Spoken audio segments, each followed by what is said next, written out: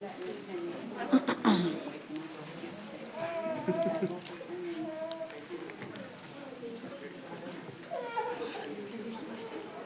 all righty. Good evening. I'd like to call to order our regular board meeting for tonight. It is now 6 p.m. And let's start with the Pledge of Allegiance. Would you please stand?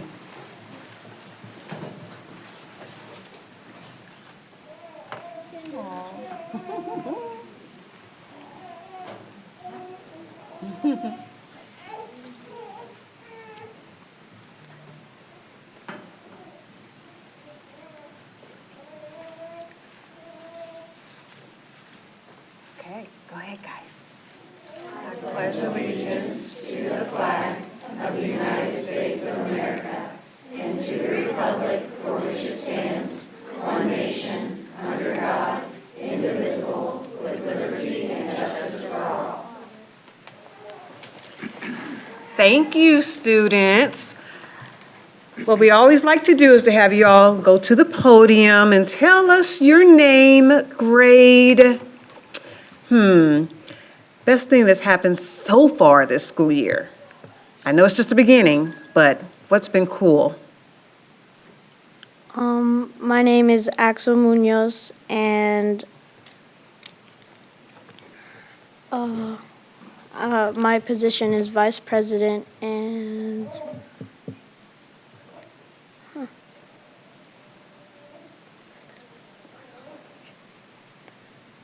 the coolest thing of this year was the first day. There you go. My name is Ryder Carlson, and I am the school secretary. And the best thing so far this year is just kind of meeting all the people here. My name is Violet Haig. I'm the treasurer, and I am on announcement crew. And the best part of the school year so far has probably been seeing my friends again. My name is Kale Craig. My position at Roseland is I'm the lead of the announcements crew. And the best part of this year has honestly been, I don't know, maybe meeting new people. My name is Nora Wabdell, and I am the co-lead of the Roseland's announcements crew. My favorite part of this year was probably getting to have my amazing teachers again. My name is Zelly Wiseman. I am on the announcements crew, and probably the best thing that's happened so far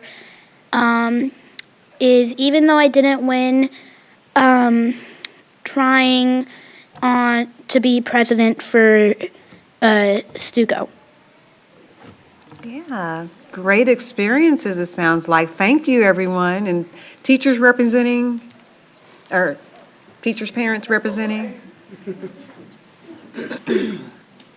job,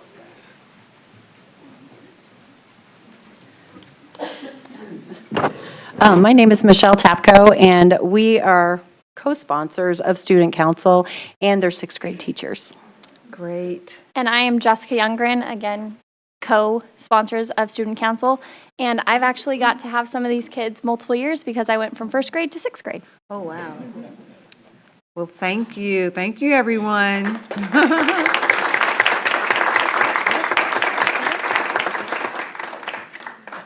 All righty. So can I get a motion to adopt the agenda as presented if there are no changes? So moved, Humphrey. Second, Sinclair. All in favor, say aye. Aye. All opposed? Motion passes 7-0. And approval of minutes. Okay, all righty. And so then can I get a motion to approve the minutes in items 1.0, 1.04 through 1.06? So moved, Asley. Second? Second. All in favor, say aye. Aye. All opposed? Motion passes 7-0. I'll turn to Dr. Schumacher to present the superintendent's report. Yes, thank you, Ms. Boyd-Nerona. As usual, we have some wonderful announcements. since the last board meeting. We'll begin tonight with an exciting celebration. Shawnee Mission East, North, Northwest, South, and West high schools are all ranked in the U.S. News and World Report list of 26 best high schools in the country. Shawnee Mission East is among the top 5 in the state of Kansas. U.S. News and World Report reviewed more than 24,000 high schools to develop this list based on various indicators, including state tests and graduation rates. Congratulations to our 5 comprehensive high schools, a great accomplishment. Not only are we proud that Shawnee Mission is an incredible place for our students to learn, Shawnee Mission is proud to be an amazing place to work. Forbes ranked the Shawnee Mission School District among the top 15 places to work in the state of Kansas. This 2025 ranking was determined based on surveys of more than 160,000 employees who work for companies of at least 500 people. Congratulations to Dr. Higgins and his team who lead that charge. We're excited to kick off the 5th season of Read Across SMSD in partnership with NEA Shawnee Mission and the Shawnee Mission Education Foundation. This community-wide celebration encourages reading for all ages while we read and share stories and cultivate a culture of belonging for every student. We begin this season with a bonus episode. Let's watch.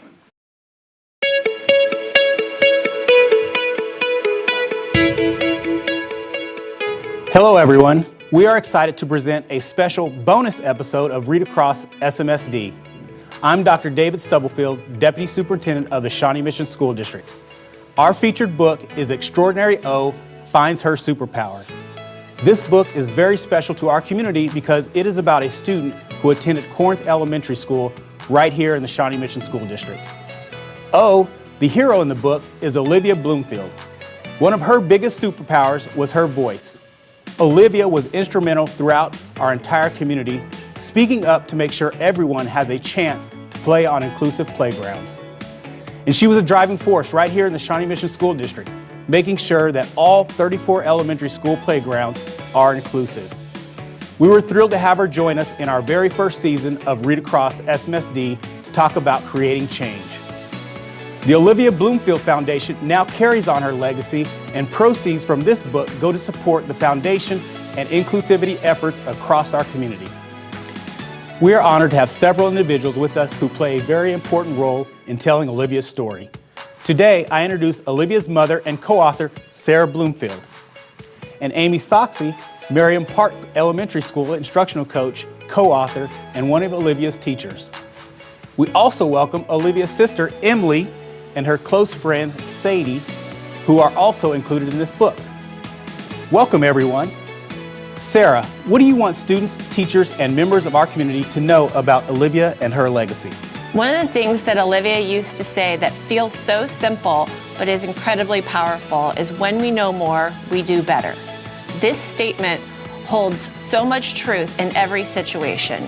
Doing better doesn't stop with one playground or one act, and it extends far beyond the disability community.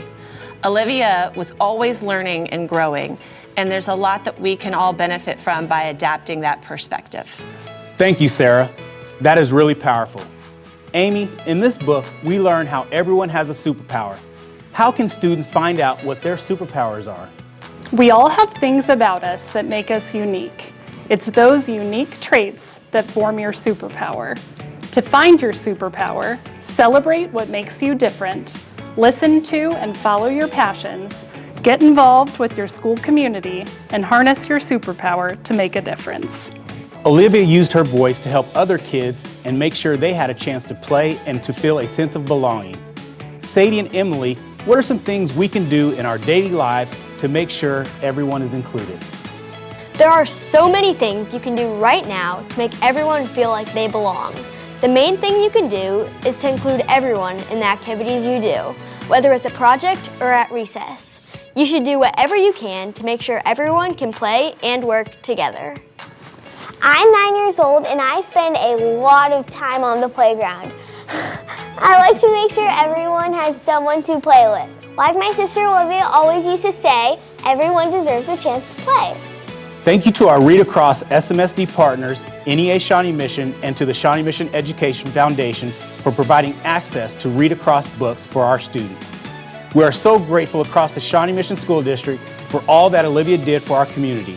Thank you, Sarah, Amy, Emily, and Sadie for sharing her story and helping us all learn how we can carry on Olivia's legacy and do the things that are extraordinary. Let's read across SMSD.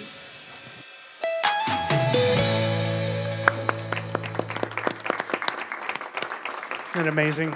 Thanks to Dr. Stubblefield, great job. Of course, he started this, how many years ago? 3 years ago? 3 years ago.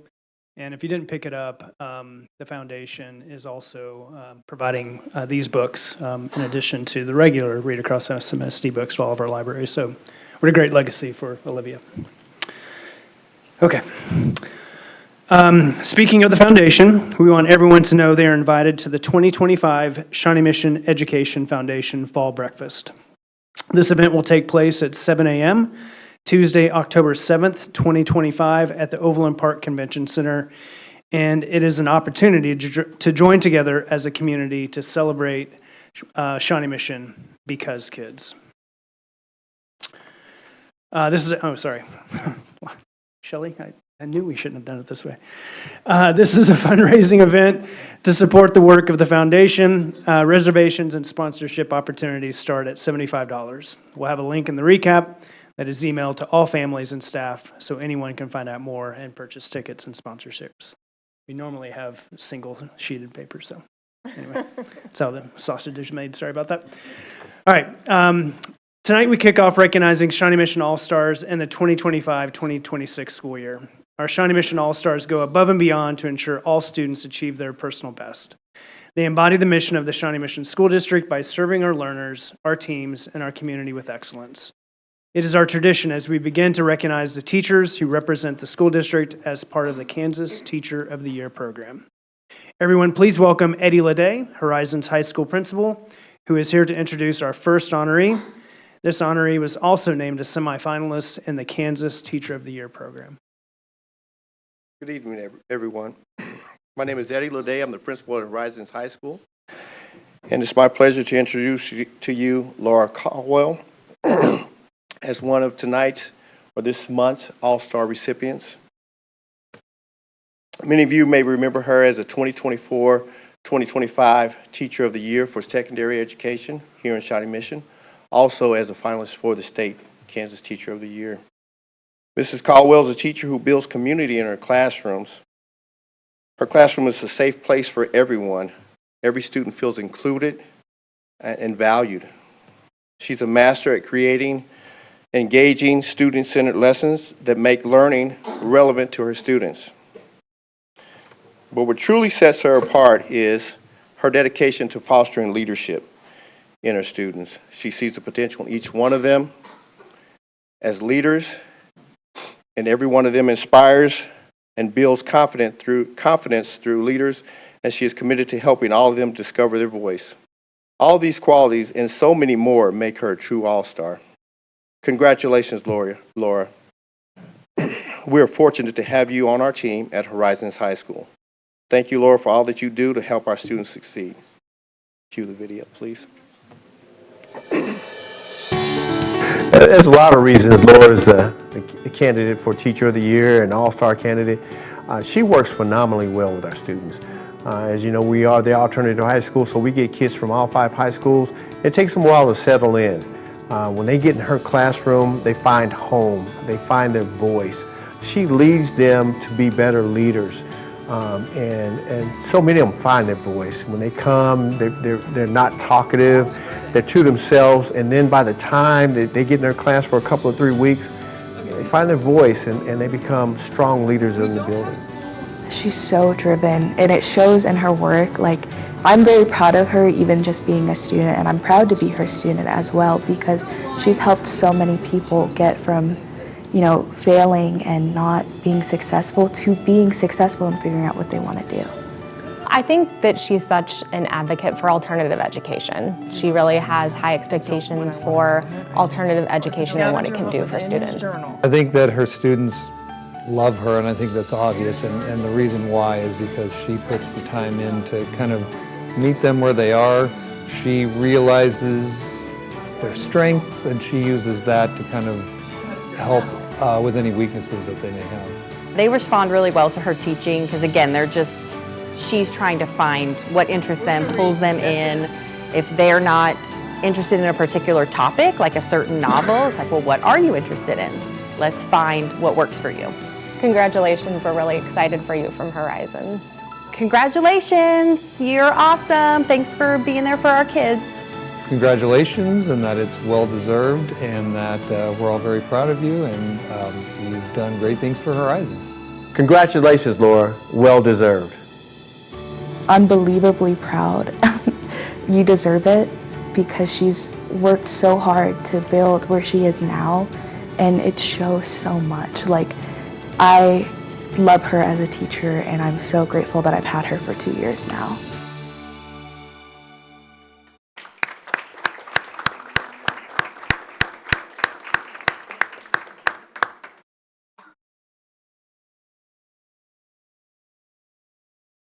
You can do that too. Sure, yeah.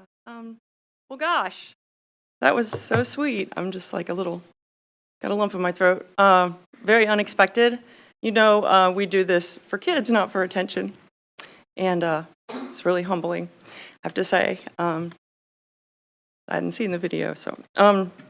Thank you to the board and to the district for offering me this floor tonight and this award. I'm going to take it right back to Eddie and his team tonight instead of talking about myself. I'm grateful to be in a district that is so supportive and visionary, and I'm constantly inspired. I keep meeting new people on new committees, and I'm just blown away, and I just want to keep working harder. But I do want to talk about our staff. Eddie mentioned too that, you know, it takes a different kind of person to work in alternative education. And the heart and the grit in this group of people that I work with makes it possible for what we do, for what I do personally every day. And I'm really, really grateful. The relationships, as Eddie said in the video, are first. They come before any kind of academics can take place. There has to be buy-in, there has to be trust, and there has to be belonging, and there has to be relevancy. And so all of our staff members work tirelessly to build those relationships so they can build a community, build lessons, and find what works for each kid. We're at the tail end of their high school hats, you know, and we want to take care of them afterwards. So we're like trying to be more of a transitional link, getting them to the next step before they even take it. There's a lot of timid kids who don't even know. They just want a diploma. They don't know what's next. And so offering as many opportunities for exposure is really part of my mission. And it's really wonderful. But if flexibility is key in the alternative setting, our staff has had to be exceptionally flexible with the roofing situation and everything. And I'll tell you what, we must all be in yoga class or something, because we are so flexible, so adaptable, so resilient, and what we're modeling for our kids is amazing, that we can do it anywhere. They're what that's most important, not our bulletin boards, not all of our cupboards full of stuff, not our building. The kids are there, and we're there, fully in spirit, and we can make the magic happen anywhere. It'd be nice to go home, but so this really is a team effort, and I just want it to go right back to the staff at Horizons. I'm inspired daily by the new ideas, the open-mindedness. Let's try this. Oop, that didn't work. But that was a great idea. Why don't we flex it like this? You know, the willingness.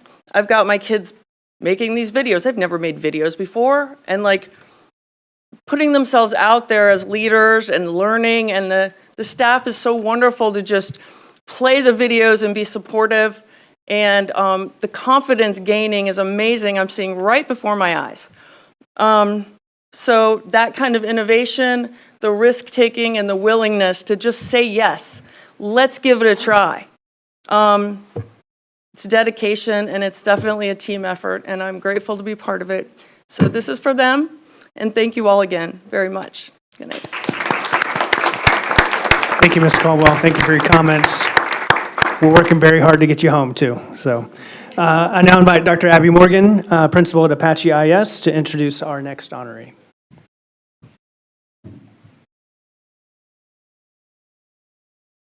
Thank you very much for this opportunity to recognize the amazing work of Shawnee Hammett. I have a special guest with me who's going to actually introduce her. And he's going to read it to you because he had the best kindergarten teacher. Hi, my name is Anderson. I had Miss Hammett last year. She was my favorite because she let us do lots of fun things. Some of my favorite things we did last year were doing bucket, eating lunch in the classroom, doing the obstacle course, making race cars out of boxes we got to ride in. I hope everyone gets a great teacher like Miss Hammett. We are ready to watch the special video about Miss Hammett. Miss Hammett is an all-star because she brings magic into learning. Nothing is just ordinary in her room. Everything she does is with excitement. And she is truly inspiring. She puts her heart into anything and everything that she does. She's so good. It's really just like she was born to do this. Miss Hammett is the exact teacher that you want as a parent, that you want your child to have. And I know this because my own son had Miss Hammett last year and made the biggest positive impact on his education and the way he saw himself. Just watching her do her job gave me the confidence that I needed to do my job. I've really grown myself as an educator because of the way that she is, and I really just owe a lot to her, and so I'm just very thankful that I get to teach alongside somebody so awesome. She is here for the kids at all times, no matter what they need, and she's just a great teammate. She comes up with the most creative games and ways to make learning fun, and every kid just is always excited to be in here and learning. She was my tutoring teacher because I was way behind my class. Now she's made me feel confident, like I can do all things. She did a great job teaching, and she did a great job helping us learn to read. I look up to her as a mother as well as an educator. Every time I come into Miss Hammett's room, I am learning so many things from her and just adding to my toolkit because hers is just overflowing. And I hope to be like her when I grow up. Congratulations, Miss Hammett. You are our all-star. And the students, our staff are so lucky to get to do this with you. You're the best teacher in the world. Shauna, I am so happy for you, and I'm so proud and honored that I get to work with you every day. Congrats, Shauna. You're incredible, and we love you so much here. I especially love you, and I'm so thankful to have met you. Miss Hammett, thank you so much for tutoring me, and you're the best kindergarten teacher.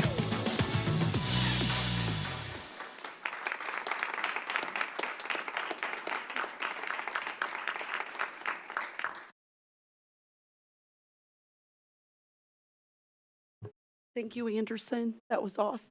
So proud. Okay. Whew. If you've worked alongside of me or seen me teach, I'm confident that you know one thing. I have a big heart for kids. Gotta keep it together here.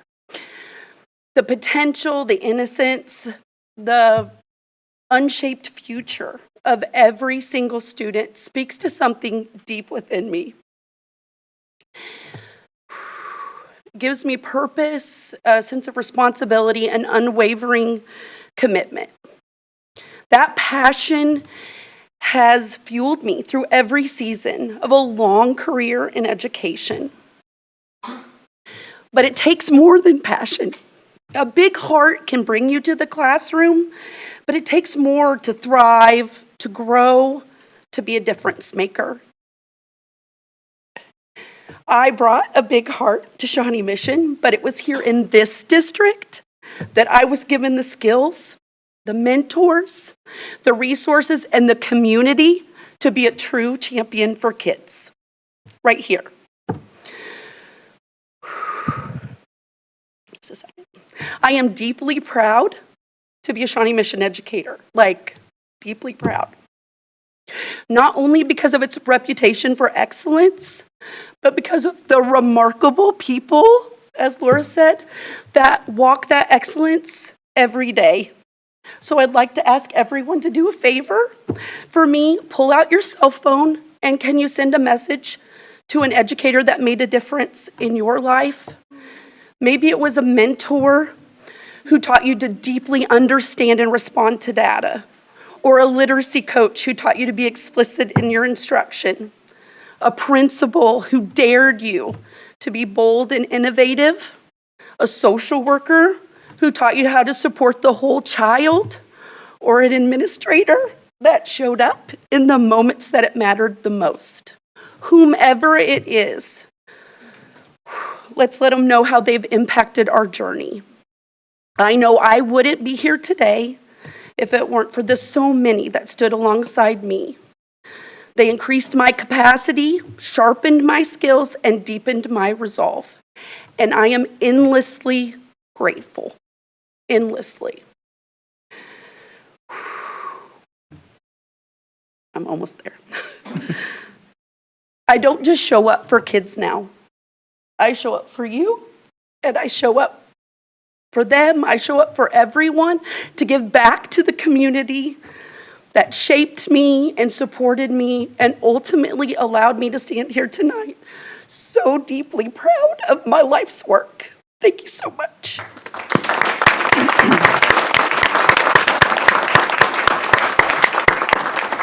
Thank you. Thank you so much.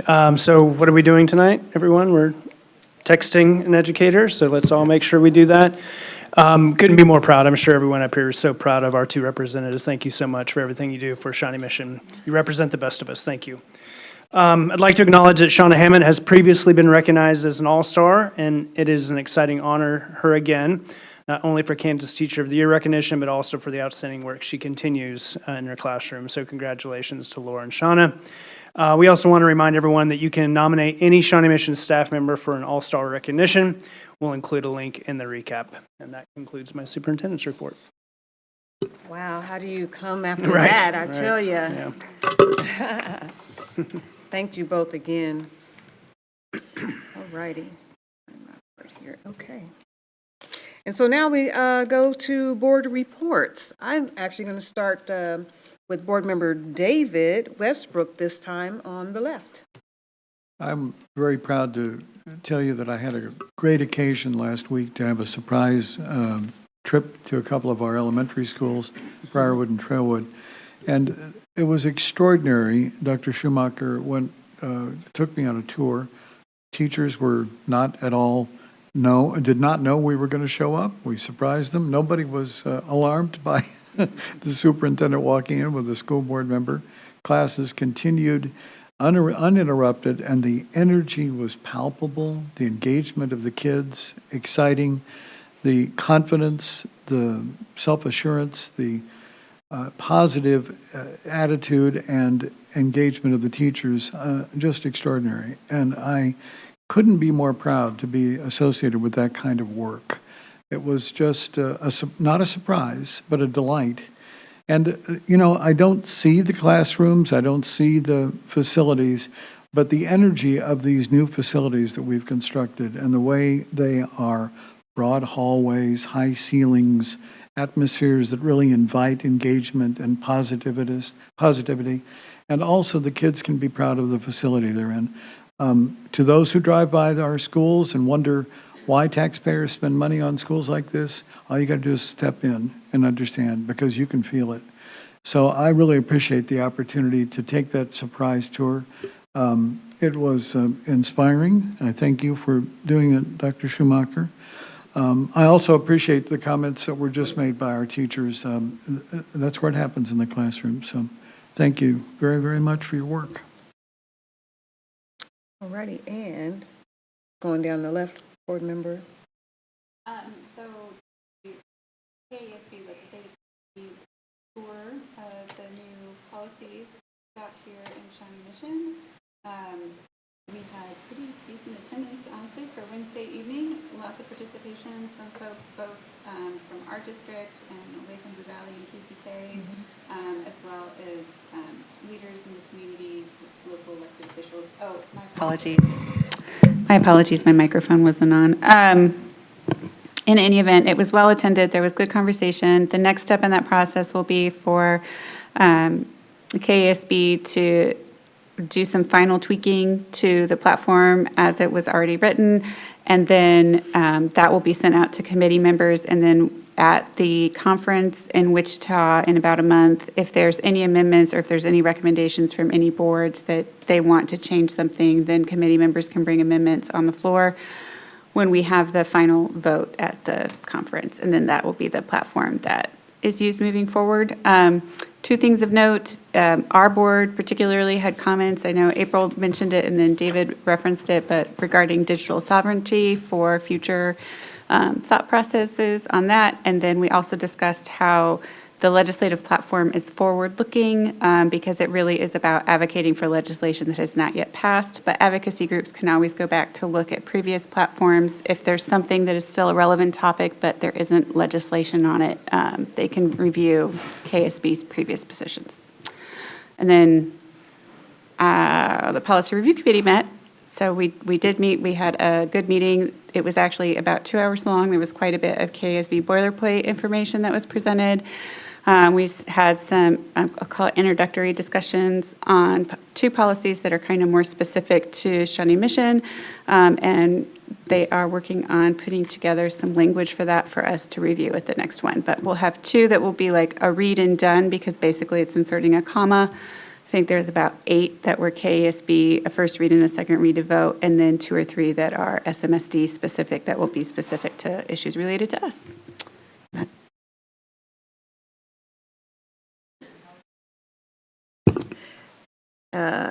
KSB Board of Directors. Yeah, thank you. Well, Ms. Ousley did a great summary of the meeting last week, and I'm so glad that so many of our fellow board members could attend with so many local lawmakers as well. So it was a great sort of opportunity, like Ms. Ousley said, to sort of share the legislative platform as well as get feedback, and an opportunity for local lawmakers to ask questions and also to provide feedback. So it was a great event. Thank you. Yes. Continuing with Dr. Sinclair, Finance and Facilities Committee. No new information from the Finance and Facilities Committee, but our next meeting is scheduled for Thursday, November 6th at 4 p.m. And then Board Member Mr. Garcia. Glad I was last, so I could pull myself together after those All-Stars speeches. That was very powerful. No new news on behalf of SMAC PTA, although we do have a meeting this Wednesday, which we're looking forward to hitting the ground running. I know they've been working on a lot. And then on behalf of the Shawnee Mission Education Foundation, just going to reiterate what Dr. Schumacher already shared and what I've shared in the past about the fall breakfast, and more information will be coming out. Or actually, all the information is already out, but more info will come out, where to register, get all that info at board recap email after this is done. So, yeah, that's it for me. Thank you. Great. And then, so we are next to the board financial report. Dr. Schumacher? Yeah, you recall that last meeting we did approve the budget. We're just a few months into the fiscal year. I have consulted with Mr. Knapp, and there really is nothing out of the ordinary or concerning with this financial report. But if you do have any questions, we're both here to field them. Great. Great. Then on to discussion items. 3.01, personal electronic device policy update. Yeah, we'll have Shelley pull this up. So as you recall, we spent a lot of time last fall investigating a personal electronic device policy, and we promised at that time in the spring, actually in January, that we would bring an update back to you this school year. and so we are doing as promised. Presentation agenda is there before you. I'm going to attempt to do a quick recap or reminder of last year's process. I'm going to try not to rush, but go through what we did last year in a pretty quick summary. Have invited Dr. Grumman and Dr. Capper to join us today to have some comments around how it's actually being implemented in the buildings. And then a little bit of data. It's, of course, very early on in our process, but we are going to bring a little bit of data back to you tonight as well. So again, these are just some recap slides. As you remember, this conversation started with our steering committee with our strategic plan. We made a strategic decision to place this topic into action step 4.1.3. It initially didn't sit there, but a decision was made to place it there. I think it was a good decision.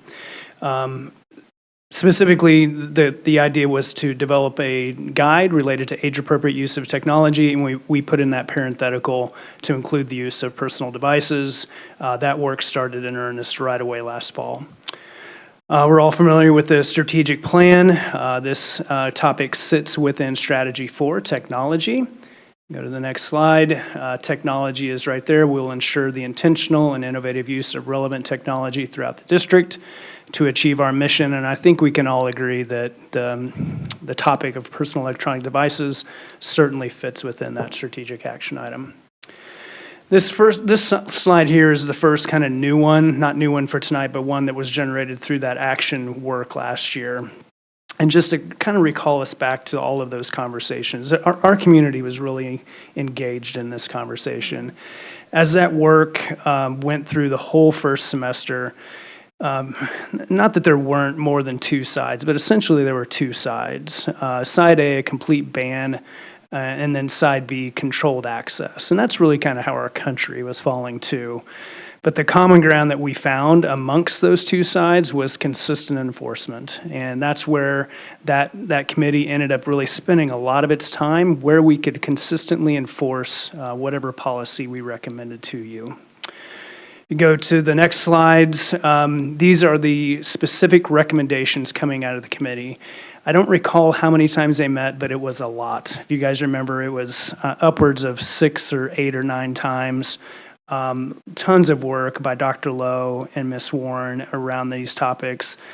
If you also remember, elementary was really already there. I mean, much of their work had already been done. It really wasn't much of an issue for elementary, except for codifying it in policy.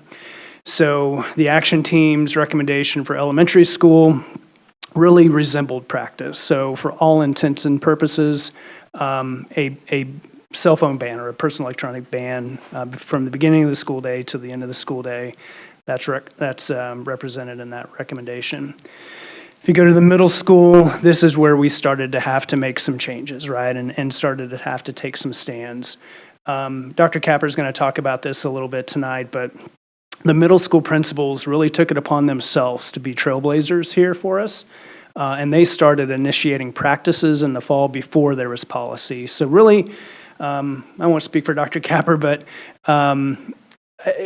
perhaps much of the legwork was done by the principals before the policy was put into place. And remember that we wanted an age-appropriate use, kind of a graduated or continuum of response from the school district. So very strict with elementary up into, the high school, maybe not as strict. So again, at the middle school level, students could not use personal electronic devices during the school day except for checking their devices at their lockers during passing period. They weren't to walk around with them, but they could check them during that time. Move on to the high school. This was the biggest lift, of course. And if you recall, we had two different sides here. We had folks who wanted that stricter, what most people would call that bell-to-bell ban, and those who wanted to restrict it during instructional time. They were split down the middle, right down the middle. And so that's where the executive leadership team and me as the superintendent had to, take a stand on what was going to be our recommendation to you. But this is what they ended up recommending for high school. And that was the protection of instructional time. So if you recall, again, this is an older slide. We being the executive leadership team, we came up with primary factors to consider in creating that board policy. We told you that these weren't numbered. They all were very important. I'm saying one, but the first one, best for student achievement, how to protect instructional time without fail, what can be realistically enforced, how can we ensure consistent consequences, and then in the end, how can we teach healthy, responsible habits and digital citizenship and that age-appropriate use. So that's what we considered. At the end of the day, of course, we honored the elementary recommendation that was already in practice, the middle school recommendation, and then rather than go to that full bell-to-bell ban that some on the team were recommending, we did go with the protection of the instructional time at the high school level. So personal electronic devices would be put away during that instructional time, but they could use them during passing period and they could use them during lunch. That was our recommendation to you. This word cloud, I think, again, sums up all of the conversations that we had for 4 or 5 months. And in the middle, consistency. Can we be consistent? And I'm confident that the policy that we adopted and that is now in practice is we can consistently enforce, and we are consistently enforcing it.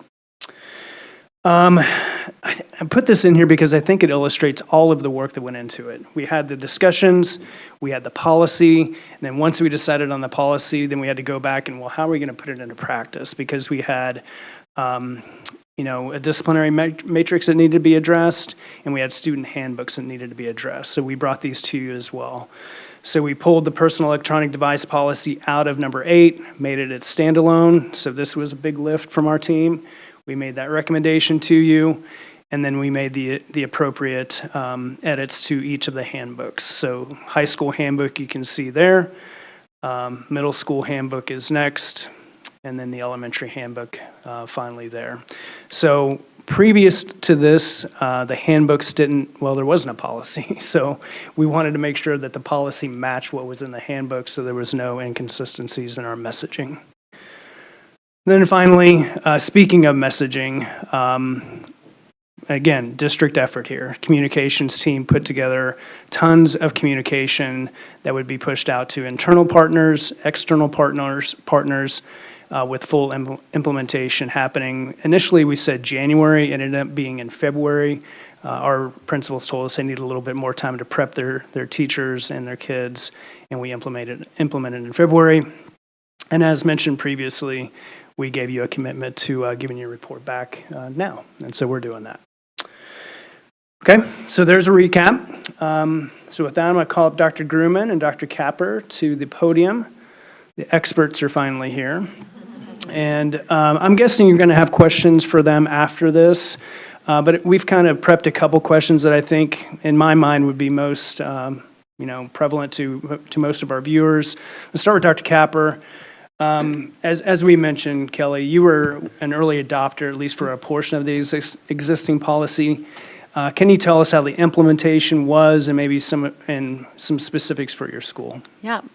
As you already spoke, when I became the principal of Indian Hills, during my needs assessment of talking with staff, talking with community members, talking with families, cell phones was one of the biggest topics. And lots of listening, but our teachers were like, we just want to get back to teaching. We want to have these opportunities to connect with kids. So sitting with my 2 associate principals at the time, connecting with Miss Warren, connecting with the other middle school principals, we developed certain procedures in place that we could consistently implement. Now, a few of us before we had the policy, had different thoughts on whether lunchtime, lockers, and that was okay. We needed to see what worked for our community first so we could bring feedback all together. The kids did great. I will be honest. The teachers did great, but it was consistency. When we had pre-service last year, we said, this is the procedure we have in place. If we're all not consistent, this will not work. So if you have a lesson plan that includes a cell phone, time to rewrite the lesson plan. If you want to be like, oh, it's okay if you have your cell phone, just go put it away. Nope, we have to be consistent. And the big message there too was the admin's going to take this off your plate. This is not a teacher responsibility. Your main responsibility is to teach and connect to kids. You put in the securely pass to let them put their phone in their locker. admin will call them down. And we just had conversations with kids. We just talked to them like they're humans. Why do you think we have this policy in place? What do you think we're protecting in the classroom? And they'd tell you, we're protecting our learning. We're supposed to talk with our friends. I'm like, yeah, this is exactly what it is. And it took some time to get there, but second semester, we were set. And then when we came back together, all of us middle school principals, we had to, as you said, create a gradual age-appropriate policy. So we took together all of our pieces and we said, okay, what can we consistently, as all 5 feeder patterns, commit to and then reinforce? And one of my favorite things is if you come to Indian Hills or any middle school, come at lunch. You will see 300 kids, three rotations, eat but talk to each other. They bring Uno cards to lunch, and it is so fun to hear their voices rather than staring at their phones. So we've had a really great time with this, and yes, of course, the kids are going to tell you they want their phones. But there's some, if they're not around their friends, they're going to tell you different. Thank you. Kelly, of course, emphasized a lot with that consistency and that give and take. We had to have some concessions amongst the 5 principals too, right? I mean, Yes. I remember Dr. Stubblefield and I in that meeting with you guys, and really some good dialogue about what could we consistently enforce across all 5 middle schools. Yeah, it was great. And we have, like I said, different communities. We have different kids, but we're still one Shawnee mission. We have to have a policy that we can put across the board so it's equitable across all 5. I can't say no cell phones from 8 to 4 for Indian Hills, but they can have cell phones during their lunch hour at Westridge. That's not an equitable process. And when we came together, we had those conversations, and we still do. We still talk about it because we meet twice a month, and it's important that we still have this conversation because cell phones aren't going anywhere, and I don't need them to, but we're teaching kids a time and a place, and that's an important skill that they need. That's great. Thank you. All right, Dr. Gurman, so for high schools, clearly a bigger lift for you, more kids, probably going to be harder, we knew that. What were some of the strategies? How'd it go? What were some of the strategies you employed to make sure that the kids and the staff knew what our expectations were? Right. I think a lot of this was really focusing on that kind of college and career ready aspect. And so knowing that when we enter into our workforce and our job, there's a time and a place that we can reference our cell phones, but it is not something that we have unlimited access to typically. Now, of course, there are some jobs that have that, but preparing our students for that next step. And so I think there was a lot of understanding of, as much as we'd love to think that we can multitask and pay attention to both things happening at the same time, there was a lot of education by our teachers and just conversations with kids. And if you ask them, they will admit, they're like, as much as we really believe we can, we kind of notice now that we were, splitting our attention between the two things. And so just that opportunity for kids to get back to the discussions in class, the participation with each other, the listening to each other.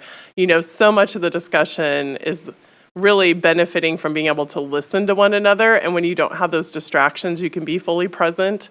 And I think that was just the best part, was reconnecting our kids with each other and helping them prepare for that next step beyond high school. How's buy-in with staff and students? The staff, it was much, something that they felt like there was clear expectation and consistency. And when you hit that word, that really resonated with our staff. They just wanted that consistency. They wanted to know where the line was, what the expectation was, and our staff, and I would say that across Shawnee Mission, does a great job of really supporting the goals of the district and the expectations, and they believed in the benefits in their classroom, and they've actually seen that play out. So I think it was definitely looking at, just tell us where that's at, and we were able to provide some support. Shawnee Mission West, some of their staff had done some work on emails, and they shared those out. So we really came together as the 5 high schools and really had some resources for the teachers, but they stepped in and did just a remarkable job with it. What has worked for, are a lot of the teachers using the caddies, the cell phone caddies? What's Yes, been that most- one works Yeah. a lot, yes. Okay. And then flexibility, of course, because in some cases, a student may be a little more anxious about being separated from the phone, or a parent. And so, of course, we tailor to those individual needs. I think the challenge for us was, seminar. That's a little bit different time. And it includes some natural downtime. So encouraging some other opportunities. You talked about Uno. Some of the students brought in some games to play, or coloring sheets. And, so it was fun to kind of see some of those other options the students were leaning into, kind of once they got familiar with, okay, what do I do with that, unstructured or less structured time when their assignments are done and, they're in that advisory period. Yeah, thank you, Dr. Gurman. Dr. Capper, same couple questions for you. Just buy-in for staff. I'm guessing you'd already done much of the work, and same with the kids. But then what's also working for your kids? The buy-in with the staff, like I said, has been just overwhelmingly positive. We had to make some changes, yes, to lesson plans, but our staff have really, like one staff member today, he came up to me and he was like, I can just teach, and I can talk to the kids, and I can have group work, and I don't have to worry about a phone. He goes, there for a while, I had to worry about a phone all the time. He goes, now I don't. I don't even have phones. They're not even around. Now, if you do walk down the halls, you're going to hear the ESPN ringer on their phones in their lockers, which is, especially during March, it was really heavy. But the impact has been amazing. I did pull one student, and she said I could say her name. Her name was Francie, and she gave me a quote. When I asked about it, I was like, tell me a little bit about what you think about lunch and classrooms. And she said, I think people talk to each other more, especially at lunch when we're forced to go out of our comfort zone a little bit and make new friends. In the classroom, there's more room for discussion, and when we are talking to each other in our classes, we are comparing and contrasting ideas and learning others' perspectives without the distraction of a cell phone. That's a 7th grader saying that. Yeah. That's pretty powerful, and please come to Indian Hills and meet Francie, future principal, just saying it now. But we even went further to our staff this pre-service, and we talked about our spring year reports went down from the year prior to the year we implemented this. Our MAP test scores, we predicted a 3% growth rate, and we got 11%. Because our kids are focusing on what is important in that classroom. It's each other, the connections, and the learning. So the impact, yes, that's correlational, all that data, I understand, but I don't think I do think those cell phones not being in their hands during the learning has made a huge difference, and a lot of these numbers are reflecting that. So, yeah, and honestly, hearing the kids talk to each other and laugh. It's just the genuine joy of a 12 and a 13-year-old just joking around with each other in the hallway, being kind, but joking around with each other, or having conversations with their teachers. It's powerful. And that's why a lot of our teachers went into the work, is so they could connect with the kids. And the kids, when our 2 counselors went in and had minute meetings with every single student, they could all name a teacher who was their person. And that's amazing, because they don't have a cell phone in their hand that's eliminating that relationship. So I have to thank that committee. That committee has changed things for the better. I have to thank the board for this policy, because it's not just a procedure anymore. This is just a way we do things, and it's focused on the right things. So thank you. Yeah, thank you, guys. I'm guessing the board may have a few questions for you guys after we're done. It's got a couple more slides. Wanted to pull one piece of data. We've only implemented this for, 75% of a semester last year, and then 4 weeks into this school year. Asked Dr. Grimman to pull some data that we could look at. So upon implementation, the first 3 weeks is what you see on the left side, and then the first 3 weeks of this school year. Admitting that this is a little bit apples and oranges, a little bit, but we are seeing a reduction. So we only pulled secondary. Elementary is really not an issue for us. Middle school, upon implementation, 13% of referrals. High school, 26% of referrals. For the first 3 weeks this year, at the middle school level, 6% of the referrals and 20% for high school. So I think at least at first blush, we're making some ground on that. And then finally, next steps. If you recall, strategy 4 really focused hard on this issue alone and kind of tabled some of their other work. So they are wrapping that up, or they're continuing that work this school year. So they're looking at auditing processes for evaluations of tools and resources. They're picking up that work on creating that developmental guide for age-appropriate use of all technology, to include personal electronic devices, but all technology. And then finally, evidence-based framework for technologies to support the differentiation for students. So a lot of great work ahead for that team in conjunction with the policy that we created last year. So with that, Dr. Grumman, Dr. Capper, and myself will stand for any questions. Board Member Garcia. Thank you so much. That was great to hear all that. Definitely have spent some time at Hawker Grove and have recognized the rambunctious nature of kids not having phones can be really fun, but also kind of loud on Fridays. But I think it's still better than the opposite, right? Dr. Grumman, I wanted to ask about addressing the downtime nature of some of our classes. You referenced study hall. I want to know and maybe we can just go back a little bit, even to when, before there were cell phones in schools. How did we redirect students' time once they've completed their schoolwork? I'm thinking of I don't want to say high achieving because it's probably everybody, but maybe our kiddos with all A's who are done with the assignment and there's 5 minutes left. How do we redirect that attention? Or is that what it is, just redirecting it to something more beneficial? What's been our practice? Yes, I think it's just reconnecting with some of those things that we do, when we have unstructured time. And I would say we have amazing librarians. Shout out to Shawnee Mission. Love our library media centers. And so many of our kids have books. We've seen that in our students. They'll pick up their books, they'll engage with those. They'll do their free reads. And it's so fun to see kind of what they pick. And we're really lucky to have budget support to curate a wonderful collection in our libraries. Art, just doodling, some of those things. And we also talk a lot about, I know there's a little, anxiousness about music calms me, but also kids are reconnecting now with, coloring and other strategies, those really complicated coloring sheets, that they can spend, a lot of time on in very detailed ways. Just finding those different avenues and activities, that have always been there, but maybe we've just lost connection with. Yeah. So it's just rediscovering those. Thank you. I love to hear that. That's great. Thank you both so much, especially after a long Monday, I know, at school. Thank you for being here tonight. What tweaks would you make, if any, to our current policy?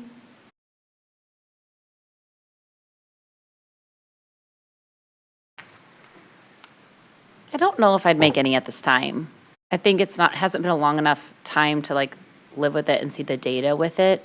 And yes, I talked about 2 data points. We've seen those referrals, but it hasn't been a full year, and we have different kids. 50% of my kids are new. So honestly, the 7th graders are coming in like pros because elementary didn't have them. I'd love to see some longitudinal data. I don't know if I said that word right, sorry, but it's important that we, especially at one point, I was yeah, no phones at all, ever. But now really looking at it and seeing oh, they're checking their phone on that, or hearing that in their locker, I'm it's all right.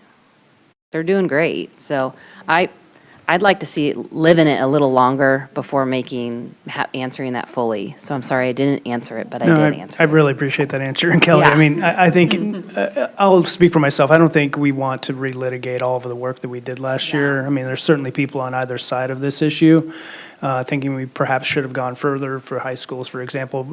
And I get the question. It's a really good question. Maybe the question is, what can we do to support our teachers more, to put into practice more cell phone categories, or whatever else. I think those are the discussions you guys are having with your PLC, but I would want this policy to kind of get some legs underneath it before we start. Yeah. Yes, and I would echo that. And I think the different strategies, like you talked about, some PLCs that didn't adopt the caddies initially did, and then others, it's just really working on, at least at high school, helping students recognize kind of where those good practices are and build those self habits that they can carry forward into the workplace, where they will have it accessible, but they'll know now when and how to use it. So definitely kind of living with this the way it is. But I think it landed at a really good place in high school, and I appreciate all the thoughtful discussion that went into it by the committee and by the board. I appreciate the feedback, and it's good to know that we're right where we should be with the policy. And also, thank you as well, because, our mission is college and career ready.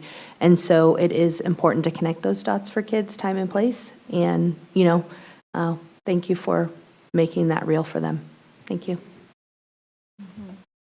Yes. Just a quick observation, I had the opportunity to visit Dr. Capper in her school with Miss Lewis. And one of the, I don't know if this is a recent change, but 8th graders are on the top floor and 7th graders are on the bottom, most of the classes. So there was a realignment. I think our teachers must have been troopers to change all those classrooms. So I would have, but we had the opportunity to be there when the bell rang. And so we got up against the wall for the big transition. But I was actually kind of surprised at how calm it was, and students just taking their time and, making eye contact and talking with one another. I saw one student go to their locker and it was to get a book. I didn't see anybody checking phones. So it was great. Yeah. Thank you. Yes, it is a little hectic with 900 kids, or close to 900 kids, but they do a great job. And honestly, they don't really check their phone that often because they're trying to get to class.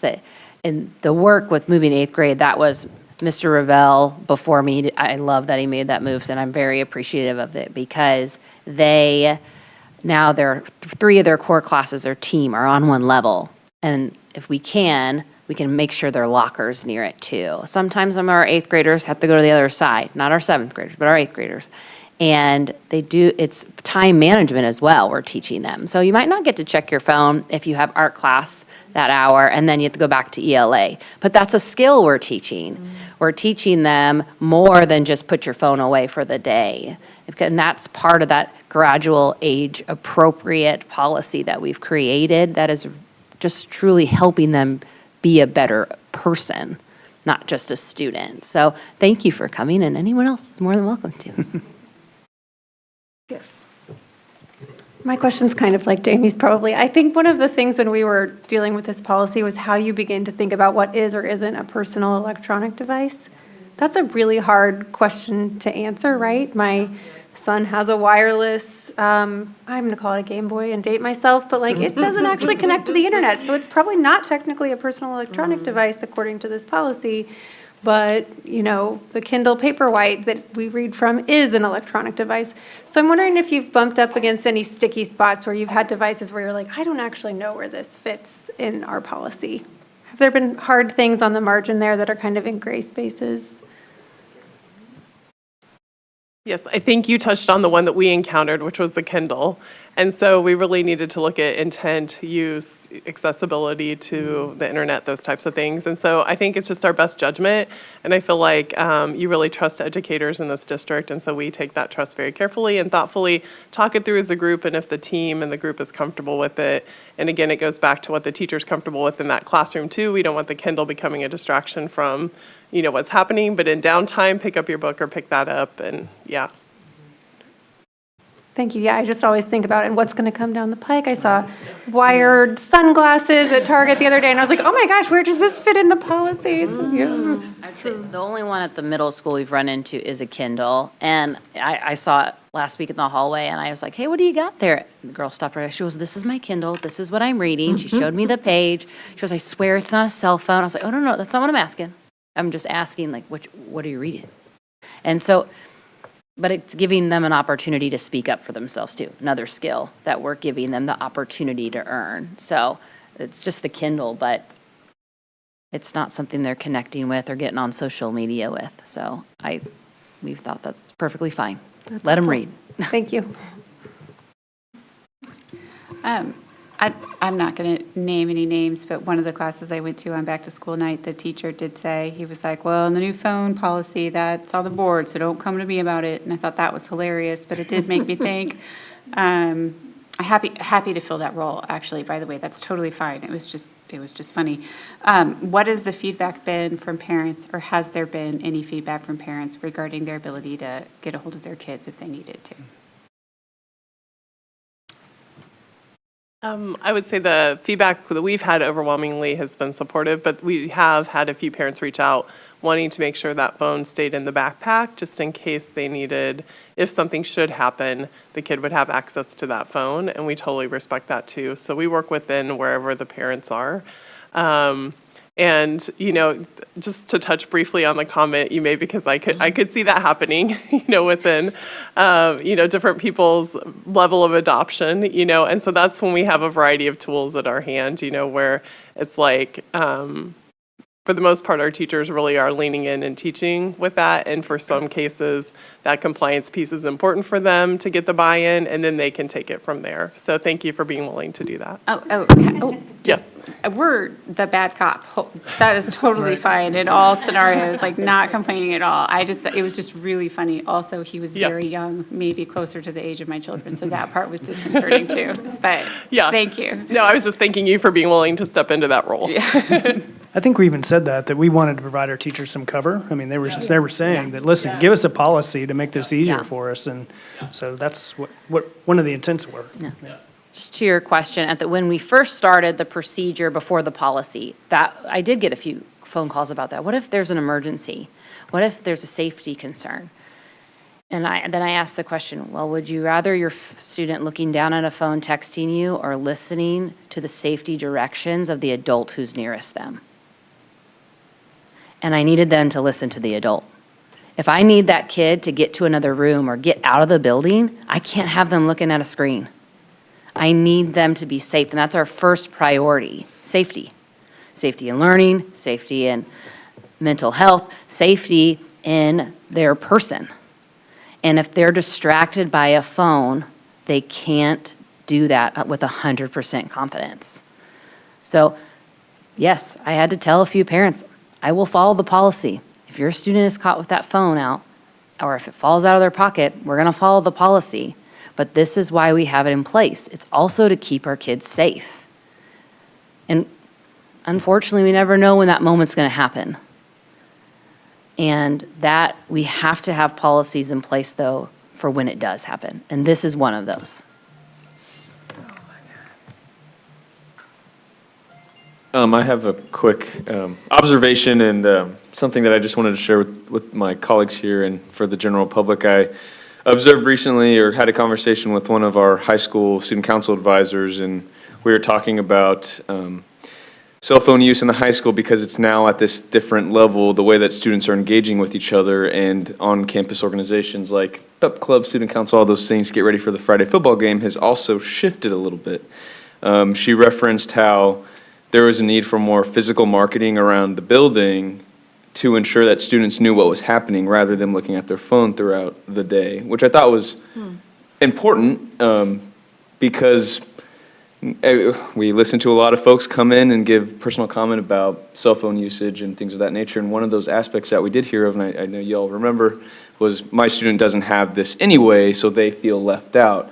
How can we be a more inclusive culture by doing something as simple as making posters during Pep Club class and posting them around the building? But I just missed that completely, but then I kind of remembered, oh wait, we did that even back in the day. So there's some traditions that have not left us yet, which is great, but I just thought that was a really cool observation, and her leadership there is, at North High is great, but it was just something that I thought of, and I was like, okay, there's a way through this even when students aren't able to market via social media, or maybe they will later, right? Kids will engage later in the evenings and all that, but I just want to make sure that we as a district are, I don't want our custodial or O&M folks to be upset, but like, I really hope that we as buildings can, allow more room for those spaces of engagement, visuals around the building, reminders of these things happening. I think at most of the high schools there are large-scale calendars, and I just wanted to reinforce the idea that that is a great cultural thing to have in our buildings outside of the cell phone and social media conversation. So just wanted to note that, but I thought that's a great thing to do. So.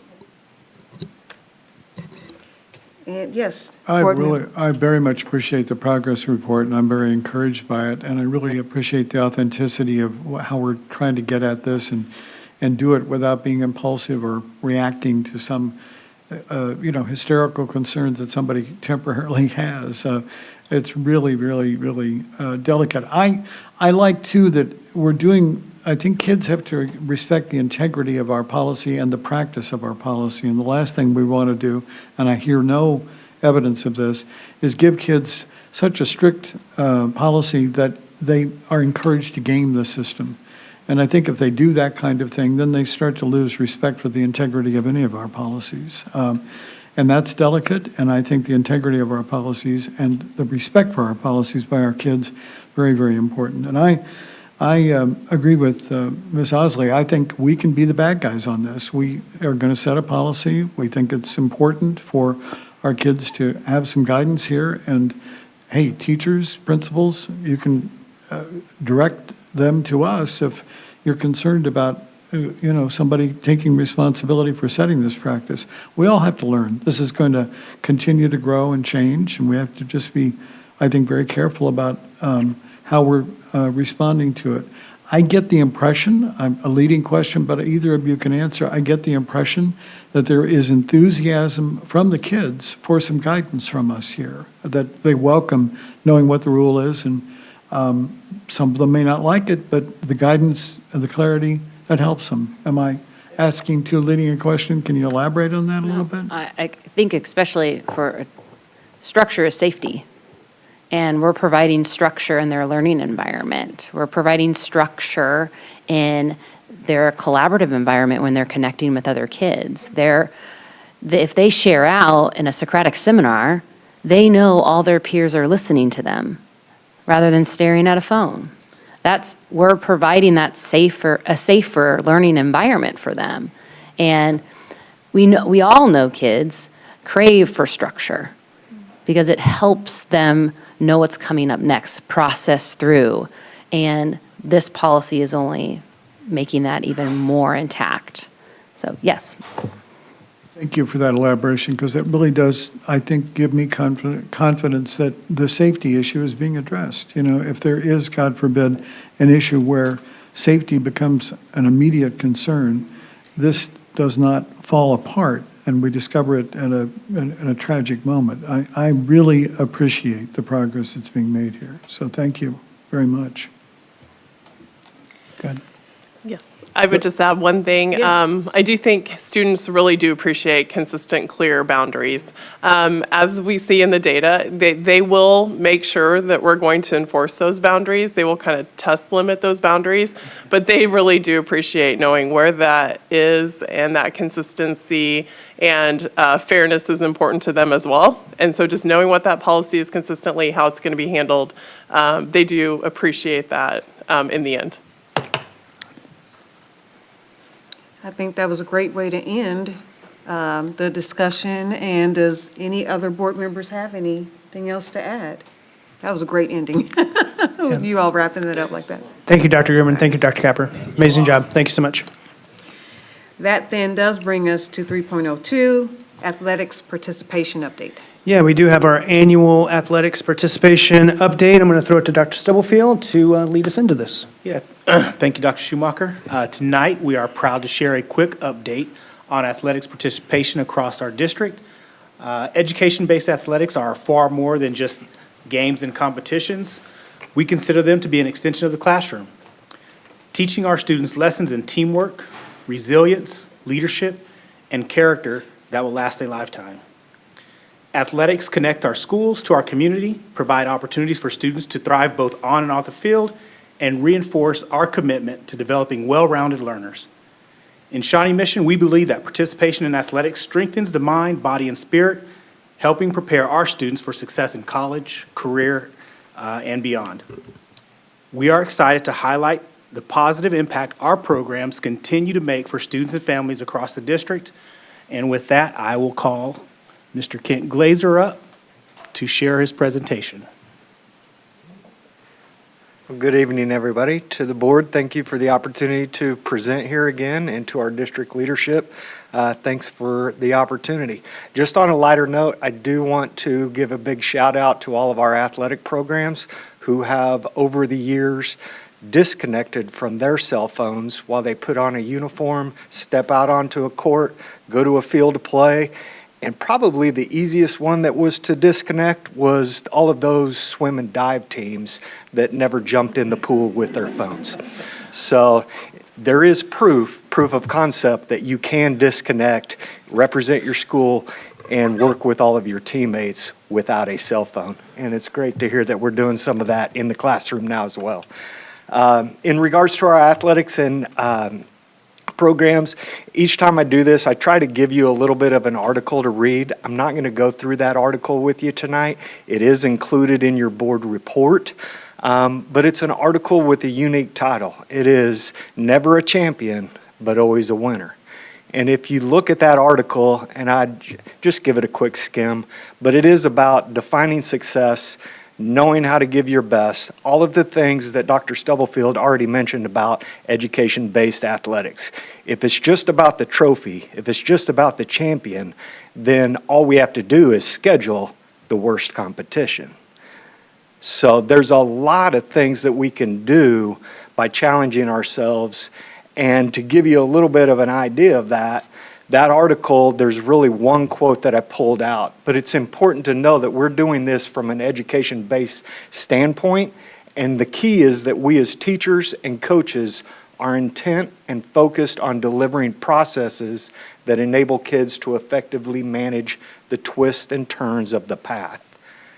We are here because we understand our job is not to prepare the kid for the path. I just said that backwards. We understand our job is not to prepare the kid for the path, not to prepare the path for the kid. So we're here to challenge our kids and to show you that that can go across all boundaries, because you hear some of our highlights: state championships, great team accolades, individual accolades, but there's all kinds of things of success that happen within our programs. And the next one that I'd like to highlight for you is one of our very own kids here at Indian Woods. So I think this is going to...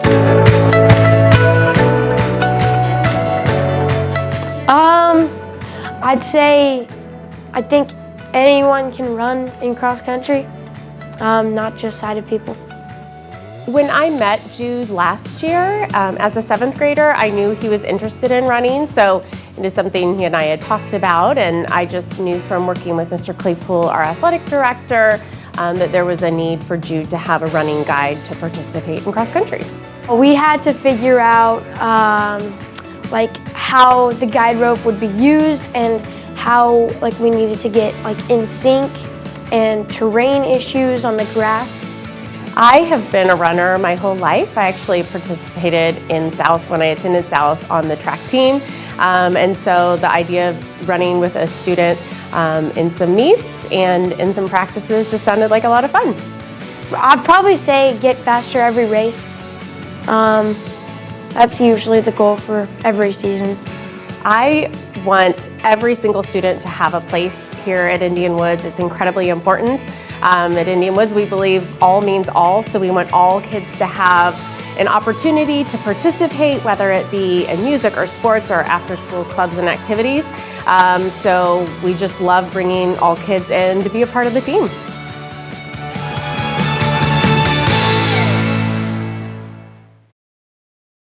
That was Jude Nixon, who is running cross country for us and really can't see. So hence the guide runner and really the courage to get out there, represent himself, but also represent his school and challenge himself to doing his best.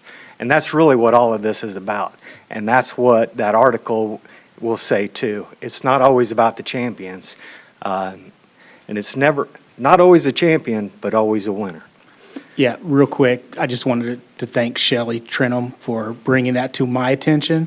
about Jude being at Indian Woods, and for her daughter Toby, who works at Indian Woods, for bringing it to her attention, which is how we found out that he was running cross country as a visually impaired person. That, again, this is what we can provide as far as education-based athletics to our community, and I don't think it gets any better than that.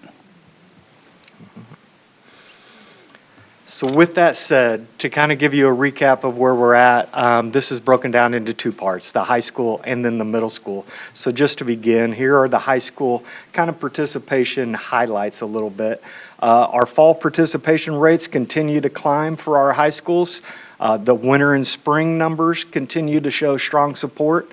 And the following charts that I have will show you the historical participation numbers for each season.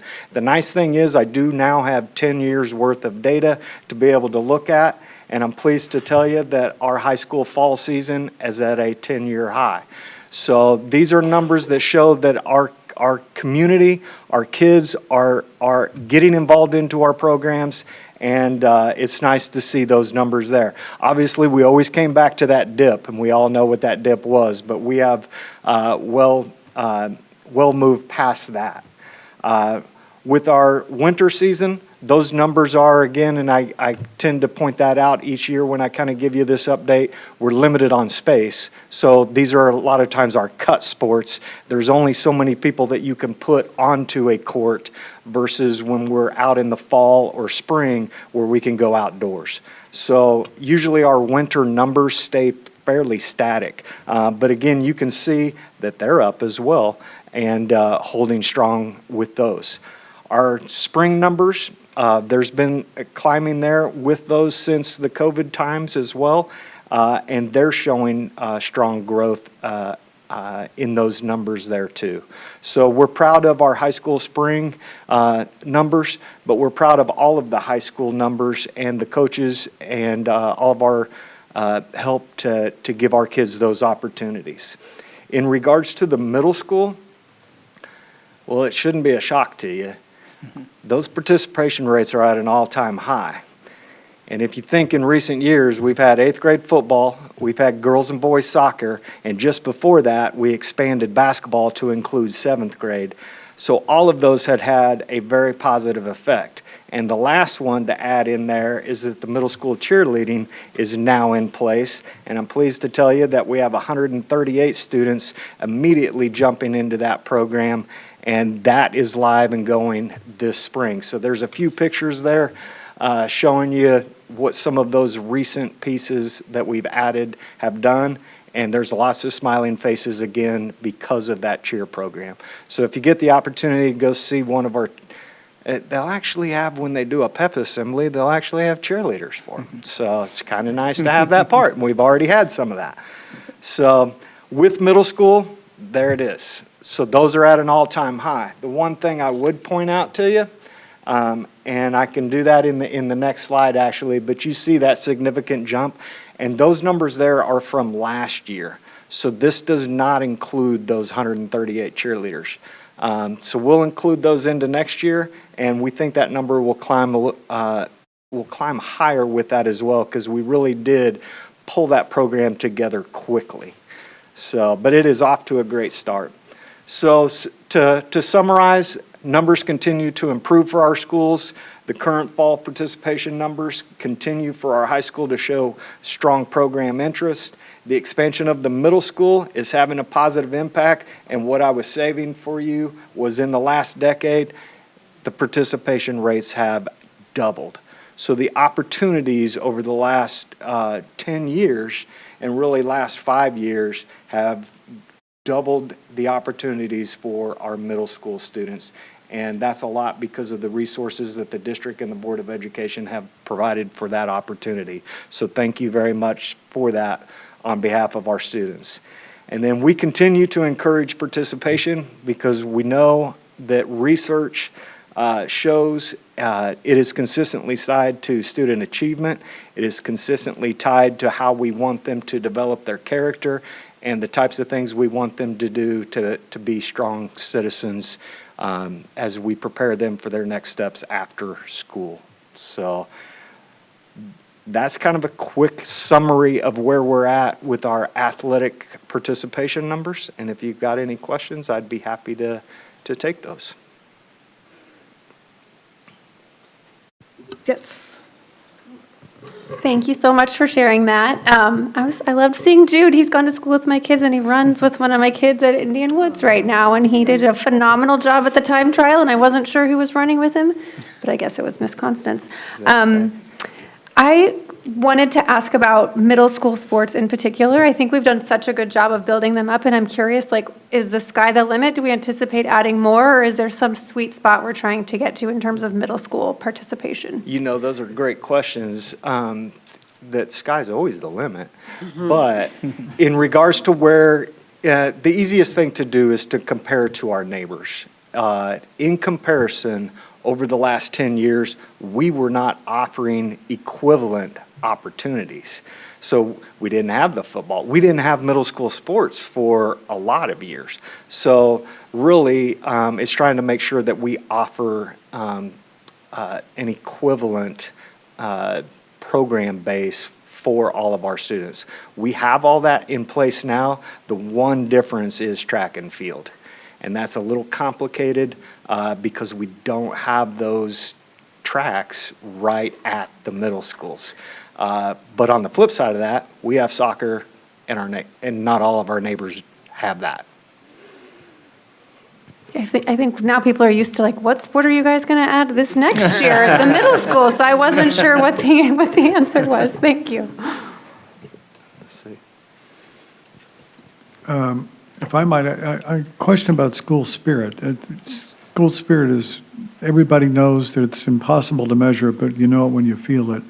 And I was always cautious about introducing the sports into the middle schools because of expense and some of the other issues around it. But I'm very encouraged by what I'm hearing. Can you talk a little bit about how that has affected school spirit in the middle schools?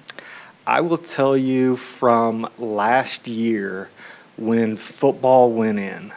Football was probably our most complicated sport to integrate back into our schools. And this did not come from me. It came from, actually, you should have seen their faces when I told our middle school athletic directors that we were going to do this. They thought it might be too tall of a task. But we said we could, we said we would, and we went out and we got that support and we made that happen. After that, it was the middle school principals that brought that to our attention, that it changed the culture at the beginning of the school year because it brought everybody together with that common bond, that they had something to look forward to and to cheer, and it really set the culture in their hallways, at lunch, in pep assemblies, and in after-school activities, all in line. So that was their comment, and I think that was the biggest proof that we had something that really did benefit our students, and not just the students that participated, but all the students in the school. Thank you. Ms. Boardman? I was just, thank you for the update. It's great to see so many students participating, and it does just build such a sense of community. And I just think, especially in middle school, when all these, elementary schools come into, funnel into one middle school, and they're trying to figure out, who their people are, get to know people, all the things. It's nice that they have an opportunity for activities that they can meet new friends outside the classroom and really, again, come together as one community. So, thank you. Thank you. Okay. Others had her hand up for a Oh, yeah, but I'm not in a hurry, but, thank you. So I just want to say my parenting strategy has always been the more worn out my kids are, the better chance I have at maintaining some form of order. So just from the premise that kids who've worked hard are going to be successful with focus and listening and that sort of thing. So that's been great.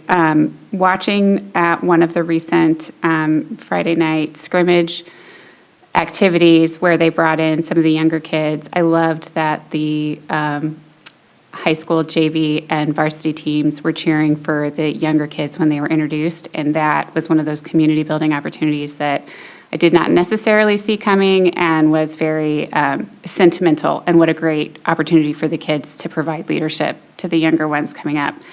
The one thing I would potentially be interested in is looking at the data from a percentages standpoint, not just the number standpoint. So we can see our numbers growing, but a percentage of a whole, like what we're getting from all of the kids that we have, and then these are the numbers participating. It would be really easy. I just haven't done it myself.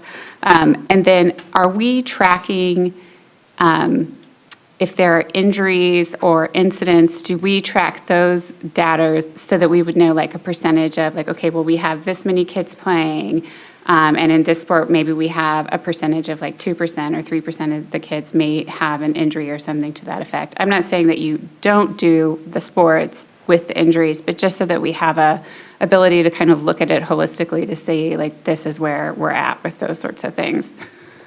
Okay. In regard to the injuries, the only one that I know that we are taking hard data for, we have the data, but the one that is being reported are the concussions.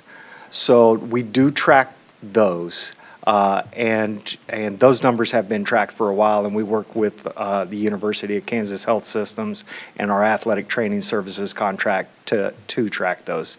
The others would be, yeah, we have injuries. There's a lot of different variety to those, but we haven't really ever tracked or put together like a comprehensive report of where those injuries are occurring. I can tell you that where we send our coverage, where the biggest risk for injury are obviously in our contact sports.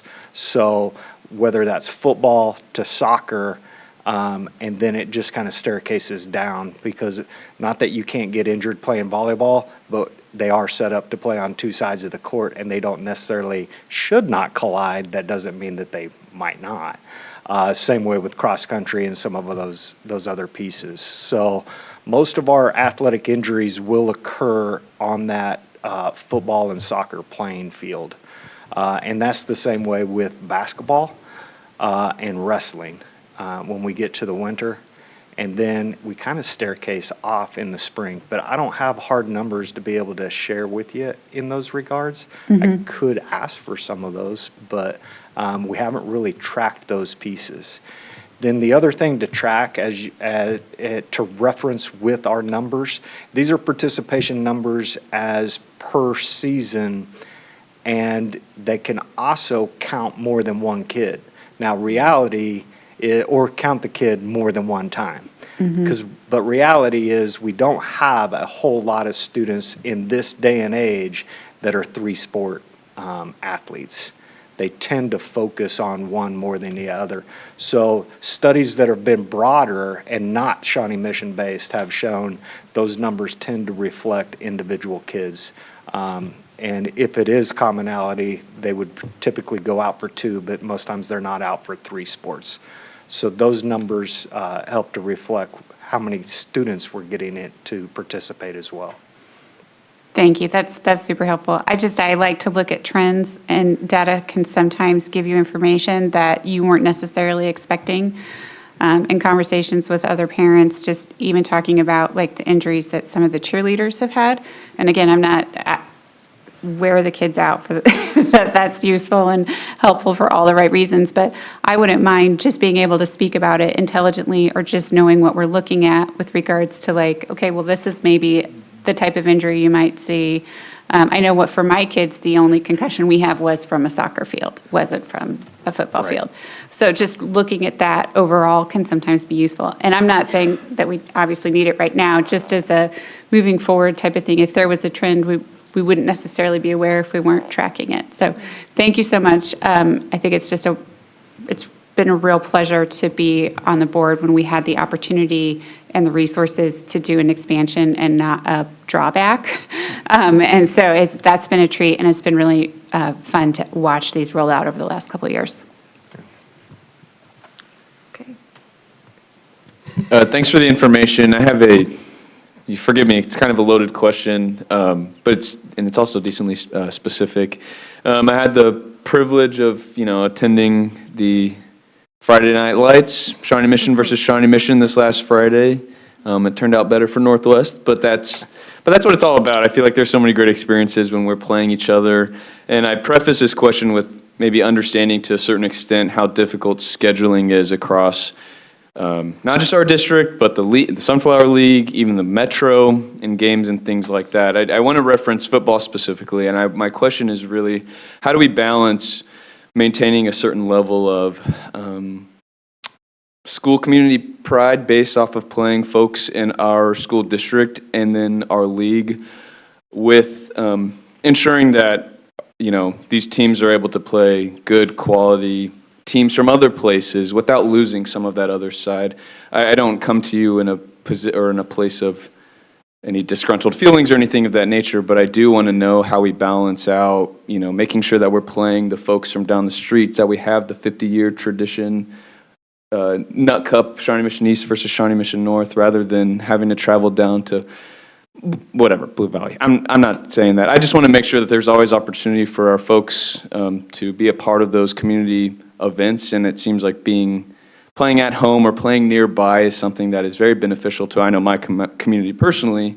Just from an equity standpoint, it's easier for our kids to show up in spaces that are closer. But I guess, again, forgive me for the loaded nature of this question, but I want to know how we balance scheduling being what it is in this league and in this metro. That's a fair question, and I can tell you, and have been in this area for a long time, and so I actually know that very well. And for a long time, I was the football czar for the league, and then we had to develop those schedules. Here's what has changed over time. You have the EKL, you have the Sunflower League. They were static at a certain number of teams, so there were only 12 teams in the Sunflower League for a long time, a good portion of the time. In that system, we were able to, Shawnee Mission's always played every Shawnee Mission, Olathe's always played every Olathe, and the Lawrence's obviously played each other. The growth of the Metro and the change in the 6A classification has expanded the number of teams that are now in 6A. We do limit that to 32 within football, but it does change our league dynamic. And when I say that's 32 in football, that's 32 for the playoffs. But it's not, but that doesn't account for the league. The league still now has 14 teams. So then the philosophy turns to, should we play everybody in the league or should we play? And it gets really, really difficult. And to actually, there was one cycle that we took it and we just strictly, I'm an old math teacher, and I just broke it down into numbers.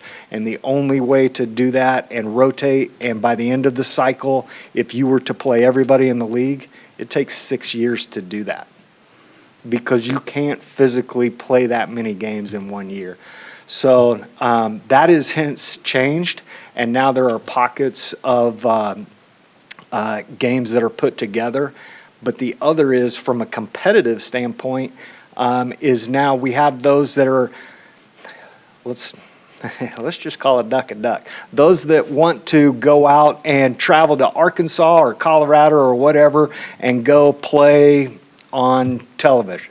Okay, you have those that want to go do that. Then you have others that, well, I'm trying to build a program and I just need, so now during week 2, it's open. So there's a constant dialogue about what that schedule should look like, and football is unique, and then we try to take that to 2 years. But the other unique thing that's going on right now in the Sunflower League, I don't know if you recognize, we do go 2-year cycles, but each year we are giving a new Sunflower League schedule. But when we play somebody outside of the league, we agree to play them home and home. So we each get a turn hosting each other because there's money involved. So, because if we're going to always travel, then that's a big expense. So everybody wants that opportunity to host back and do that. But within the league, since our league is so geographically tight, we are scrambling those teams every year. But you're going to see a new Sunflower League schedule every single year. So who was game one this week? Well, it was North and Northwest. It's not next year. And we'll scramble those again. But that also means it doesn't take 6 years to rotate through and play everybody. But there are years that we won't play one of the sister schools, which is kind of a bummer. So that might, Yeah, might no, be too that- much information. No, that's actually really helpful because I hear from folks who are like, we're tired of traveling to wherever, right? These are parents, these are students, doesn't matter, or it does matter. But what I'm asking, I guess, you definitely hit it on the nose, so I appreciate all the information there. It's interesting. I understand it's a scheduling thing, but I do appreciate all that content. I'm sure there's a lot more to know and some stuff that I'll just never really understand, but I appreciate your work. Well, if you were ever starting a league from the ground up, Yeah. never exceed 8. Only have 8 in your league. They fit perfectly on a track. It's perfect bracket. You can play double round robin. It just works perfectly. And you We sit have in with 14. Keisha folks and do the whole thing as well in your role, is that correct? They do. So, yeah, working with all of them, it's been more difficult because of the growth of our larger schools and with 6A. And there's ways to solve that too, but there's politics involved there too with private schools and everything else. Sure. Dr. Thanks for your Stubblefield, work. there's nothing more complicated than designing a schedule for all of these 6A high schools, and Kent represents us really well, but we do honor the fact that we want to play these rivalry, games as much as possible, but there's these league factors at play and a lot of other things, as Kent's illustrated. Absolutely, yeah. Ken alluded to a lot of it. Again, we try to make that a priority, and we're going to continue to have those conversations so that we can continue to have those rivalry games and play each other within Shawnee Mission for sure. Just a quick comment. Thank you for the article and just recognition and again, shout out to the double of participation rates. That's significant, and it also probably comes with much more than doubling of effort. So thank you to you and all your team and colleagues and folks who make that happen. Yeah, thank you. It's been an honor. Thank you, Kent. Thanks for everything you do for our kids. Thank you. All right, then on to consent agenda items. So unless there are any changes, can I get a motion to approve consent items 5.01 through 5.11? So moved, Ousley. I need a second. Second, Sinclair. All in favor, say aye. Aye. All opposed? Motion passes 7-0. And so, on to the action items. So, 6.01, authorization to purchase furniture from, from Freedom Interiors. Yeah, as you'll remember, we shared with you our intent to do furniture refreshes for our elementary schools. We, of course, are giving preference to those schools who've not been touched by the previous bond. I am recommending authorizing the purchase of new furnishings for year 2 of the elementary furniture refresh project from vendor Freedom Interiors in an amount not to exceed $2,500,000. This expenditure will be allocated across 6 schools. They are Ray Marsh, Marion Park, Roseland, Corinth, McAuliffe, and Sunflower, based on the furniture needs of all those schools. These purchases will be funded by the capital fund. This expenditure meets the goals of the strategic plan strategy 6, which is facilities. Can I get a motion? So moved, Ousley. And Second, Westbrook. Can I make a quick comment? I just want to just give a kind of a shout out to our commitment to updating all of our schools with that flexible furniture and the way that really empowers teachers to maximize the learning environment in that space and to move things around and really dig into a variety of learning opportunities with the use of that furniture and the flexible seating and whatnot. And for some of even just board members or admin that have had a chance to sit on it. Oh, what are you talking about? Yeah. Yeah, be careful on those. You will fall off. All righty. Before we vote, can I just ask a quick question for Dr. Schumacher? Can you just give a really quick brief overview of like the RFP process and how that works, because school districts follow Kansas statute and how we put out for bids, and then what we're required to do in regards to accepting the bids. And sometimes it's nice for our community to just get that quick piece of information. Great question. So at the beginning of the bond, we did do an RFP process for furniture for all of the bond buildings, as well as any of the additional furnishings that we were going to provide to those schools not touched by the bond. We contracted with 2 vendors, Freedom and how many? SSI. So those have been the 2 ones that we vetted. They won that process. And then once we've been in the process, we've used one of those 2 vendors throughout this refurnishing. We do have a purchasing manager, Reed Beebe. He makes sure that we're compliant with competitive bidding throughout all of this process. And those vendors have been vetted. Additionally, Freedom and the other vendor, we get bulk pricing, and so we are getting the best bang for our buck when we're making big purchases like this. I think what was referenced from Dr. Ganja was about a 10% savings. You take 10% on $2.5 million, that's a big savings to the school district and to our taxpayers. These are big contracts, but again, we're making sure we're getting the best price possible. So thank you for that question. Thank you so much. Can I ask you, does this mean that the furniture is like interchangeable? So if Ray Marsh has a classroom close and Marion Park has one open up, Great they question. have the same wobble seats in both buildings? God, that wobble seat. Yeah. So yes, that's a great point too. So because we have those 2 vendors and specifically Freedom for all of these refreshes, if we need to interchange furniture across buildings, we can do so because we're using the same type of furniture. And we can move those furnishings around buildings. Is that your question? Thank you. Yep. Great. Then that brings us to 6.02, authorization. We have to vote. Oh, Distracted you there, sorry. yeah, not a problem. All righty. So, all in favor? All in favor, say aye. Aye. Motion carries 7-0. Thank you. It's like, woo. Okay.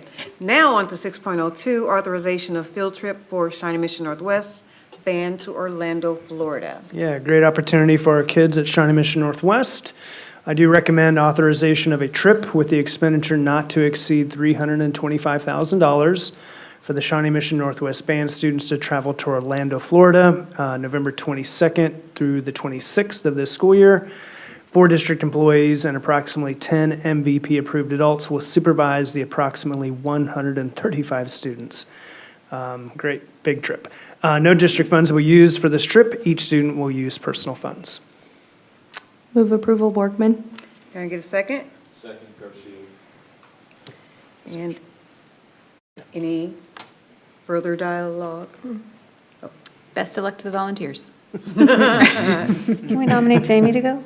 I mean, if I could lead the band, yes. Oh, my gosh. No, just kidding. Well, then, all in favor, say aye. Aye. All opposed? The motion passes 7-0. Now it is time for board comments. I'll look to, which way am I going to? All right, Mr. Garcia on down. Okay. Ms. Borkman. Oh, Dr. Sinclair. I have to do my because kids, right? Stick the theme. I'm going to try. Because kids perform better in school when they are involved and feel a sense of belonging. The reports from this evening, our 2 reports, I think, really exemplify that Shawnee Mission is committed to increasing opportunities for participation and removing obstacles to engagement. So thank you to our Shawnee Mission leadership and staff.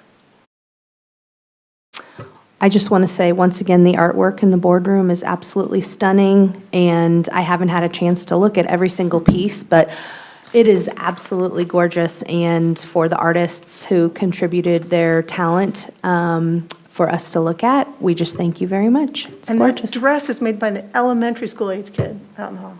Stunning. Stop by the CAA, check it out. I'll go last. Mr. Westbrook, anything to add? Speaking of the artwork, one of our board members has actually contributed to that artwork. I asked him to tell me what the meaning of it was, and he couldn't answer the question. So All kidding aside, I am so inspired when we have that art in this room and in the building. It creates energy and engagement, and it's just a wonderful touch. It takes some effort to put that together, and I appreciate the effort. All right. Many of you may not know that in addition to areas that I've taught before, one of the first assignments I had was with at-risk students between 16, 22, 24. So when Laura spoke, it really touched my heart. But two things I want to remind everyone about that particular part was the resounding theme was true champions, being true champions for kids, in addition to our theme this year. But not to forget our assignment, right?